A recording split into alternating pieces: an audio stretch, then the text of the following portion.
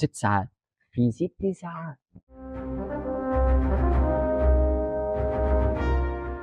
صدرت الأوامر من القيادة العامة للقوات المسلحة بالهجوم.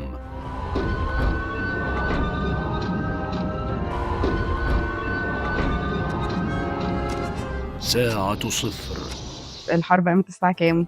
بعد الظهر قبل ما يفطروا رمضان، قبل ما ادفع. لا مش عارفة الساعة كام؟ الساعة 2 الظهر. هالي الساعة 2 الظهر. الساعة 2 الظهر باين. الساعة 2 الظهر. مين كان قائد القوات الجوية في حرب أكتوبر؟ شاذلي. حسني مبارك. رئيس الأركان كان سعد الدين الشاذلي، ورئيس القوات الجوية كان مبارك متهيألي. الرئيس محمد حسني مبارك. إيه اللغة اللي استخدموها للتمويه؟ اللغة النوبية. لا. لغة النوبة. كانت اللغة النوبية؟ النوبية. مين أول شهداء حرب أكتوبر؟ لا ما عنديش فكرة. مش فاكر. لا دي صعبة دي. لا مش عارفة برضه. إيه الدول اللي شاركت في حرب أكتوبر؟ مصر، سوريا. تمام.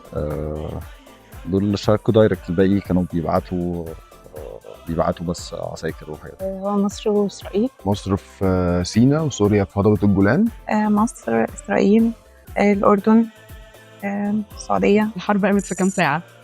6 ساعات. 6 ساعات يعني. 6 ساعات. اسم حرب أكتوبر عند إسرائيل إيه؟ يوم الغفران أو يوم كبور. عيد الغفران. حقيقي مش عارف. حرب أكتوبر هي الحرب رقم كام ما بين العرب وإسرائيل؟ الحرب الثانية. ماشي، ممكن نحسب 67 وهنحسب قبلها دي، مش فاكر، كانت 48 تقريبا.